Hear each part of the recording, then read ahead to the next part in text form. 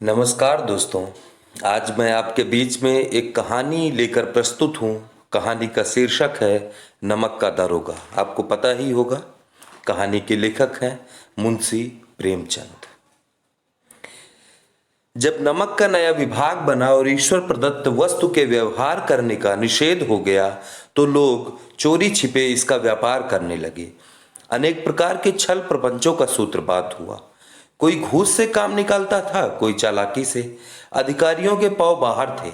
पटवारी गिरी का सर्वसम्मानित पद छोड़ छोड़कर लोग इस विभाग की बरकंदाजी करते थे। इसके दारोगा पद के लिए तो वकीलों का भी जी ललचा था। यह वह समय था जब अंग्रेजी शिक्षा और ईसाई मत को लोग एक ही वस्तु समझते थे। फारसी का प्राबल्य था। प्रेम की कथाएं और श्रृंगार रस के काव्य पढ़कर फारसीदां लोग सर्वोच्च पदों पर नियुक्त हो जाया करते थे। मुंशी वंशीधर भी जुलेखा की विरह कथा समाप्त करके सीरी और फरहाद के प्रेम वृत्तांत को नल और नील की लड़ाई और अमेरिका के आविष्कार से अधिक महत्व की बातें समझते हुए रोजगार की खोज में निकले। उनके पिता एक अनुभवी पुरुष थे। समझाने लगे, बेटा, घर की दुर्दशा देख रहे हो, ऋण के बोझ से दबे हुए हैं, लड़कियां हैं, वे घास फूस की तरह बढ़ती चली जा रही। मैं कगारे पर का वृक्ष हो रहा हूं, न मालूम कब गिर पड़ूं। अब तुम ही घर के मालिक मुख्तार हो। नौकरी में ओहदी की ओर ध्यान मत देना, यह तो पीर की मजार है। निगाह चढ़ावे और चादर पर रखनी चाहिए। ऐसा काम ढूंढना जहां कुछ ऊपरी आय हो। मासिक वेतन तो पूर्णमासी का चांद है, जो एक दिन दिखाई देता है और घटते घटते लुप्त हो जाता है। ऊपरी आय बहता हुआ स्रोत है जिससे सदैव प्यास बुझती है। वेतन मनुष्य देता है, इसी से उसमें वृद्धि नहीं होती। ऊपरी आमदनी ईश्वर देता है, इसी से उसकी बरकत होती है। तुम स्वयं विद्वान हो, तुम्हें क्या समझाऊं। इस विषय में विवेक की बड़ी आवश्यकता है। मनुष्य को देखो, उसकी आवश्यकता को देखो और अवसर को देखो। उसके उपरांत जो उचित समझो करो। गरज वाले आदमी के साथ कठोरता करने में लाभ ही लाभ है, लेकिन बेगरज को दांव पर पाना जरा कठिन है। इन बातों को निगाह में बांध लो, यह मेरी जन्म भर की कमाई है। इस उपदेश के बाद पिताजी ने आशीर्वाद दिया। वंशीधर आज्ञाकारी पुत्र थे। ये बातें ध्यान से सुनी और तब घर से चल पड़े थे। इस विस्तृत संसार में उनके लिए धैर्य अपना मित्र, बुद्धि अपनी पथ प्रदर्शक और आत्मावलंबन ही अपना सहायक था। लेकिन अच्छे शकुन से चले थे। जाते ही जाते नमक विभाग के दारोगा पद पर प्रतिष्ठित हो गए। वेतन अच्छा और ऊपरी आय का तो ठिकाना ही ना था। वृद्ध मुंशी जी को सुख संवाद मिला तो फूले न समाये। महाजन कुछ नरम पड़े। कलवार की आशा लता लहलहाई। पड़ोसियों के हृदय में सूल उठने लगे। जाड़े के दिन थे और रात का समय। नमक के सिपाही चौकीदार नशे में मस्त थे। मुंशी वंशीधर को यहां आए अभी 6 महीनों से भी अधिक ना हुए थे, लेकिन इस थोड़े समय में ही उन्होंने अपनी कार्यकुशलता और उत्तम आचार से अफसरों को मोहित कर लिया था। अफसर लोग उन पर बहुत विश्वास करने लगे। नमक के दफ्तर से 1 मील पूर्व की ओर जमुना बहती थी। उस पर नावों का एक पुल बना हुआ था। दरोगा जी किवाड़ बंद किए मीठी नींद सो रहे थे। अचानक आंख खुली तो नदी के प्रवाह की जगह गाड़ियों की गड़गड़ाहट तथा मल्लाहों का कोलाहल सुनाई दिया। उठ बैठे। इतनी रात गए गाड़ियां क्यों नदी के पार जाती हैं? अवश्य से कुछ न कुछ गोलमाल है। तर्क ने भ्रम को पुष्ट किया। वर्दी पहनी, तमंचा जेब में रखा और बात की बात में घोड़ा बढ़ाए हुए पुल पर आ पहुंचे। गाड़ियों की एक लंबी कतार पुल के पार जाती देखी। डांट कर पूछा, किसकी गाड़ियां हैं? थोड़ी देर तक सन्नाटा रहा। आदमियों में कुछ कानाफूसी हुई। तब आगे वाले ने कहा, पंडित अलोपी दीन की। कौन पंडित अलोपी दीन? दातागंज के। मुंशी वंशीधर चौंके। पंडित अलोपी दीन इस इलाके के सबसे प्रतिष्ठित जमींदार थे। लाखों रुपए का लेन देन करते थे। इधर छोटे से बड़े कौन ऐसे थे जो उनके ऋणी न हो। व्यापार भी बड़ा लंबा चौड़ा था। बड़े चलते पुर्जे आदमी थे। अंग्रेज अफसर उनके इलाके में शिकार खेलने आते और उनके मेहमान होते। 12 मास सदा व्रत चलता था। मुंशी ने पूछा, गाड़ियां कहां जाएंगी? उत्तर मिला, कानपुर। लेकिन इस प्रश्न पर इनमें क्या है, सन्नाटा छा गया। दारोगा साहब का संदेह और भी बढ़ा। कुछ देर तक उत्तर की बाट देखकर वह जोर से बोले, क्या तुम सब गूंगे हो गए हो? हम पूछते हैं इसमें क्या लगा है? जब इस बार भी कोई उत्तर ना मिला तो उन्होंने घोड़े को एक गाड़ी से मिलाकर बोरे को टटोला। भ्रम दूर हो गया, ये नमक के ढेले थे। पंडित अलोपी दीन अपने सजीले रथ पर सवार कुछ सोते कुछ जागते चले आते थे। अचानक कई गाड़ीवानों ने घबराए हुए आकर जगाया और बोले, महाराज महाराज, दरोगा ने गाड़ियां रोक दी हैं और घाट पर खड़े आपको बुलाते हैं। पंडित अलोपी दीन का लक्ष्मी जी पर अखंड विश्वास था। वह कहा करते थे कि संसार का तो कहना ही क्या, स्वर्ग में भी लक्ष्मी का ही राज्य है। उनका यह कहना यथार्थ ही था। न्याय और नीति सब लक्ष्मी के ही खिलौने हैं, इन्हें वह जैसे चाहती है नचाती है। लेटे ही लेटे गर्व से बोले, चलो हम आते हैं। यह कहकर पंडित जी ने बड़ी निश्चिंतता से पान के बीड़े लगाकर खाए। फिर लिहाफ ओढ़े हुए दारोगा के पास आकर बोले, बाबूजी आशीर्वाद, कहिए हमसे ऐसा कौन सा अपराध हुआ कि गाड़ियां रोक दी गईं? हम ब्राह्मणों पर तो आपकी कृपा दृष्टि रहनी चाहिए। वंशीधर रुखाई से बोले, सरकारी हुक्म। पंडित अलोपी दीन ने हंसकर कहा, हम सरकारी हुक्म को नहीं जानते और न सरकार को, हमारे सरकार तो आप ही हैं। हमारा और आपका तो घर का मामला है, हम कभी आपसे बाहर हो सकते हैं। आपने व्यर्थ का कष्ट उठाया। यह हो नहीं सकता कि इधर से जाएं और इस घाट के देवता को भेंट न चढ़ाएं। मैं तो आपकी स्वयं ही आ रहा था। वंशीधर पर ऐश्वर्य की मोहनी वंशी का कुछ प्रभाव न पड़ा। ईमानदारी की नई उमंग थी। कड़क कर बोले, हम उन नमक हरामों में नहीं है जो कौड़ियों पर अपना ईमान बेचते फिरते हैं। आप इस समय हिरासत में हैं और आपको कायदे के अनुसार चालान होगा। बस मुझे अधिक बातों की फुर्सत नहीं है। जमादार बदलू सिंह, तुम इन्हें हिरासत में ले चलो, मैं हुक्म देता हूं। पंडित अलोपी दीन स्तंभित हो गए। गाड़ीवानों में हलचल मच गई। पंडित जी के जीवन में कदाचित यह पहला ही अवसर था कि पंडित जी को ऐसी कठोर बातें सुननी पड़ी। बदलू सिंह आगे बढ़ा, किंतु रौब के मारे ये साहस न हुआ कि उसका हाथ पकड़ सके। पंडित जी ने धर्म को धन का ऐसा निरादर करते कभी न देखा था। विचार किया कि यह अभी उद्दंड लड़का है, माया मोह के जाल में अभी नहीं पड़ा, अल्हड़ है, झिझकता है। बहुत दीन भाव से बोले, बाबू साहब ऐसा मत कीजिए, हम मिट जाएंगे, इज्जत धूल में मिल जाएगी। हमारा अपमान करने से आपको हाथ क्या आएगा? हम किसी तरह आपसे बाहर थोड़े ही हैं। वंशीधर ने कठोर स्वर में कहा, हम ऐसी बातें नहीं सुनना चाहते। अलोपी दीन ने जिस सहारे को चट्टान समझ रखा था वह पैरों के नीचे खिसकता हुआ मालूम हुआ। स्वाभिमान और धन ऐश्वर्य की कड़ी चोट लगी, किंतु अभी तक धन की सांख्यिक शक्ति का पूरा भरोसा था।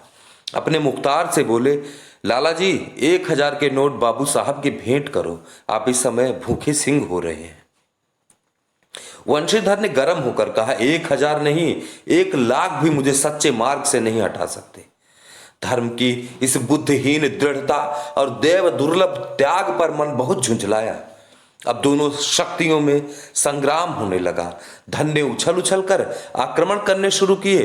1 से 5, 5 से 10, 10 से 15, 15 से 20,000 तक नौबत पहुंची। किंतु धर्म अलौकिक वीरता के साथ बहुसंख्यक सेना के सम्मुख अकेला पर्वत की भांति अटल अविचलित खड़ा था। अलोपी दीन निराश होकर बोले, अब इससे अधिक मेरा साहस नहीं, आगे आपको अधिकार है। वंशीधर ने अपने जमादार को ललकारा। बदलू सिंह मन में दरोगा जी को गालियां देता हुआ पंडित अलोपी की ओर बढ़ा। पंडित जी घबरा कर 2-3 कदम पीछे हट गए। अत्यंत दीनता से बोले, बाबू साहब ईश्वर के लिए मुझे माफ कर दीजिए, मैं 25,000 पर निपटारा करने को तैयार हूं। असंभव बात है। 30,000 पर किसी तरह भी संभव नहीं। क्या 40,000 पर भी नहीं? 40,000 नहीं, 40,00,000 पर भी असंभव है। बदलू सिंह, इस आदमी को हिरासत में ले लो, अब मैं एक शब्द भी नहीं सुनना चाहता। धर्म ने धन को पैरों तले कुचल डाला। अलोपी दीन ने एक हृष्ट पुष्ट मनुष्य को हथकड़ियां लिए हुए अपनी तरफ आते देखा। चारों ओर निराश और कातर दृष्टि से देखने लगे। इसके बाद मूर्छित होकर गिर पड़े। दुनिया सोती थी पर दुनिया की जीभ जागती थी। सवेरे देखिए तो बालक वृद्ध सबके मुंह से यही बात सुनाई देती थी। जिसे देखिए वही पंडित जी के इस व्यवहार पर टीका टिप्पणी कर रहा था, निंदा की बौछारें हो रही थी। मानो संसार में अब पापी का पाप कट गया। पानी को दूध के नाम से बेचने वाला ग्वाला, कल्पित रोज नामचे भरने वाले अधिकारी वर्ग, रेल में बिना टिकट सफर करने वाले बाबू लोग, जाली दस्तावेज बेचने वाले सेठ और साहूकार, ये सब के सब देवताओं की भांति गर्दनें चला रहे थे। जब दूसरे दिन पंडित अलोपी दिन अभियुक्त होकर कांस्टेबलों के साथ, हाथों में हथकड़ियां, हृदय में ग्लानि और क्षोभ भरे लज्जा से गर्दन झुकाए अदालत की तरफ चले तो सारे शहर में हलचल मच गई। मेलों में कदाचित आंखें इतनी व्यग्र न होती होंगी। भीड़ के मारे छत और दीवारों में कोई भेद न रहा। किंतु अदालत में पहुंचने की देर थी। पंडित अलोपी दिन इस अगाध वन के सिंह थे। अधिकारी वर्ग उनके भक्त, अमले उनके सेवक, वकील मुख्तार उनके आज्ञापालक और अर्दली, चपरासी तथा चौकीदार तो उनके बिना मोल के गुलाम थे। उन्हें देखते ही लोग चारों तरफ से दौड़े। सभी लोग विस्मित हो रहे थे, इसलिए नहीं कि अलोपी दीन ने यह कर्म किया, बल्कि इसलिए कि वह कानून के पंजे में कैसे आए। ऐसा मनुष्य जिसके पास असाध्य साधन करने वाला धन और अनन्य वाचालता हो, वह क्यों कानून के पंजे में आए। प्रत्येक मनुष्य उनसे सहानुभूति प्रकट करता था। बड़ी तत्परता से इस आक्रमण को रोकने के निमित्त वकीलों की एक सेना तैयार की गई। न्याय के मैदान में धर्म और धन में युद्ध ठन गया। वंशीधर चुपचाप खड़े थे। उनके पास सत्य के सिवा न कोई बल था, न कोई स्पष्ट भाषण के अतिरिक्त कोई शस्त्र। गवाह थे किंतु लोभ से डामाडोल। यहां तक कि मुंशी जी को न्याय भी अपनी ओर कुछ खिंचा हुआ दिख पड़ता था। वह न्याय का दरबार था, परंतु उसके कर्मचारियों पर पक्षपात का नशा छाया हुआ था। किंतु पक्षपात और न्याय का क्या मेल। जहां पक्षपात हो वहां न्याय की कल्पना ही नहीं की जा सकती। मुकदमा शीघ्र समाप्त हो गया। डिप्टी मजिस्ट्रेट ने अपनी तजवीज में लिखा, पंडित अलोपी दीन के विरुद्ध दिए गए प्रमाण निर्मूल और भ्रमात्मक हैं। वह एक बड़े भारी आदमी हैं। यह बात कल्पना के बाहर है कि उन्होंने थोड़े लाभ के लिए ऐसा दुस्साहस किया है। यद्यपि नमक के दारोगा मुंशी वंशीधर का अधिक दोष नहीं है, लेकिन यह बड़े खेद की बात है कि उसकी उद्दंडता और विचारहीनता के कारण एक भले मनुष्य को कष्ट झेलना पड़ा। हम प्रसन्न हैं कि वह अपने काम में सजग और सचेत रहता है, किंतु नमक के मुकदमे की बढ़ी हुई नमक से हलाली ने उसके विवेक और बुद्धि को भ्रष्ट कर दिया। भविष्य में उसे होशियार रहना चाहिए। वकीलों ने यह नमक का दरोगा सुना और उछल पड़े। पंडित अलोपी दीन मुस्कुराते हुए बाहर निकले। स्वजन बांधवों ने रुपए की लूट की उदारता का सागर उमड़ पड़ा। उसकी लहरों ने अदालत की नींव तक हिला दी। जब वंशीधर बाहर निकले तो चारों ओर उनके ऊपर व्यंग्य बाणों की वर्षा होने लगी। चपरासियों ने झुक झुक कर सलाम किए, किंतु इस समय एक कटु वाक्य, एक एक संकेत उनकी गर्वाग्नि को प्रज्वलित कर रहा था। कदाचित इस मुकदमे में सफल होकर वह इस तरह करते हुए ना चलते। आज उन्हें संसार का एक खेदजनक विचित्र अनुभव हुआ। न्याय और विद्वत्ता, लंबी चौड़ी उपाधियां, बड़ी बड़ी दाढ़ियां, ढीले चोगे, एक भी सच्चे आदर के पात्र नहीं है। वंशीधर ने धन से बैर मोल लिया था। उसका मूल्य चुकाना अनिवार्य था। कठिनता से एक सप्ताह बीता होगा कि मुअत्तली का परवाना आ पहुंचा। कार्यपरायणता का दंड मिला। बेचारे भग्न हृदय, शोक और खेद से व्यथित घर को चले। बूढ़े मुंशी जी तो पहले ही से कुड़कुड़ा रहे थे कि चलते चलते इस लड़के को समझाया था, लेकिन इसने ना एक सुनी। सब मनमानी करता है। हम तो कलवार और कसाई के तगादे सहे, बुढ़ापे में भगत बनकर बैठे, और वहां बस वही सूखी तनख्वाह। हमने भी तो नौकरी की है और कोई ओहदेदार नहीं थे, लेकिन काम किया, दिल खोल कर किया। और आप ईमानदार बनने चले हैं। घर में चाहे अंधेरा हो, मस्जिद में अवश्य दिया जलाएंगे। खेद ऐसी समझ पर पढ़ना लिखना सब अकारत गया। इसके थोड़े ही दिनों बाद जब मुंशी वंशीधर इस दुरावस्था में घर पहुंचे और बूढ़े पिताजी ने समाचार सुना तो सिर पीट लिया। बोले, जी चाहता है कि तुम्हारा और अपना सिर फोड़ लूं। बहुत देर तक पछता पछता कर हाथ मलते रहे। क्रोध में कुछ बातें भी कहीं, और यदि वंशीधर वहां से टल न जाता तो अवश्य ही यह क्रोध विकट रूप धारण करता। वृद्ध माता को भी दुख हुआ। जगन्नाथ और रामेश्वर यात्रा की कामनाएं मिट्टी में मिल गईं। पत्नी ने कई दिनों तक सीधे मुंह बात तक नहीं की। इसी प्रकार एक सप्ताह बीत गया। सांध्य का समय था। बूढ़े मुंशी जी बैठे बैठे राम नाम की माला जप रहे थे। इसी समय उनके द्वार पर सजा हुआ रथ आकर रुका। हरे और गुलाबी पर्दे, पछइये बैलों की जोड़ी, उनकी गर्दन में नीले धागे, सींग पीतल से जड़े हुए, कई नौकर लाठियां कंधों पर रखे साथ थे। मुंशी जी अगवानी को दौड़े तो देखा तो पंडित अलोपी दीन है। झुककर दंडवत की और लल्लो चप्पो की बातें करने लगे। हमारा भाग्य उदय हुआ जो आपके चरण इस द्वार पर आए। आप हमारे पूज्य देवता हैं। आपको कौन सा मुंह दिखाएं? मुंह में तो कालिख लगी हुई है, किंतु क्या करें क्या करें? लड़का अभागा कपूत है, नहीं तो आपसे क्या मुंह छिपाना पड़ता।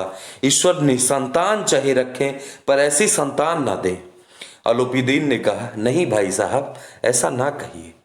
मुंशी जी ने चकित होकर कहा, ऐसी संतान को और क्या कहूं?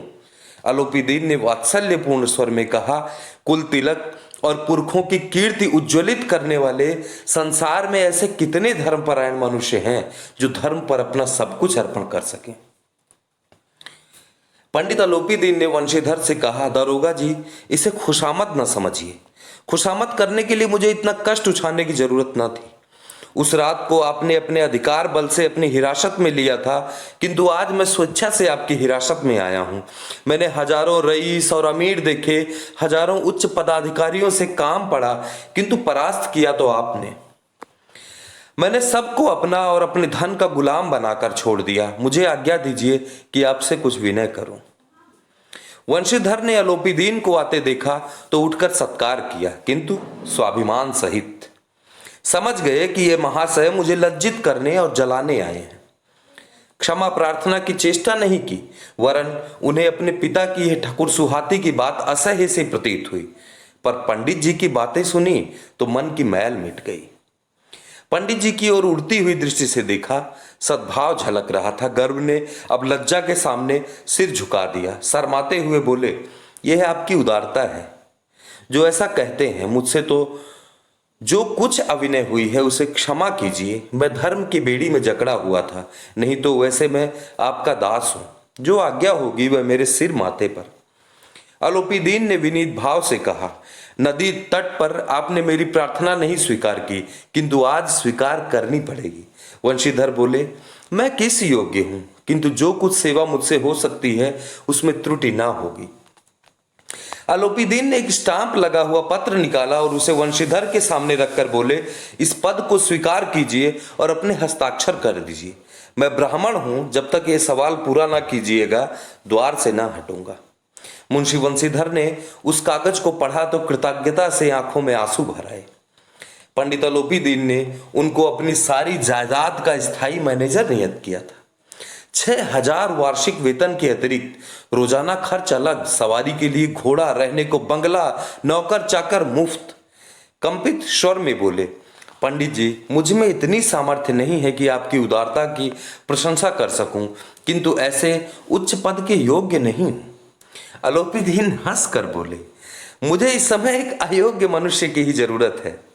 वंशीधर ने गंभीर भाव से कहा, यो मैं आपका दास हूं। आप जैसे कीर्तिवान सज्जन पुरुष की सेवा करना मेरे लिए सौभाग्य की बात है, किंतु मुझमें न विद्या है न बुद्धि, न वह स्वभाव जो इन त्रुटियों की पूर्ति कर देता है।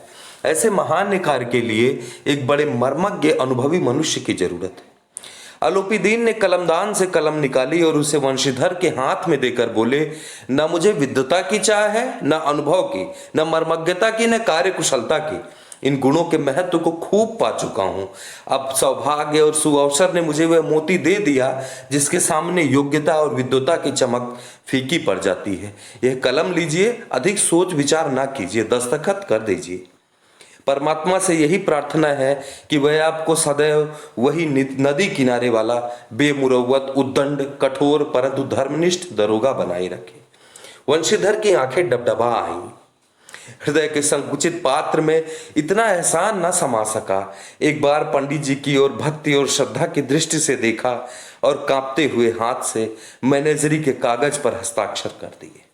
आलोपी दीन ने प्रफुल्लित होकर उन्हें गले लगा लिया।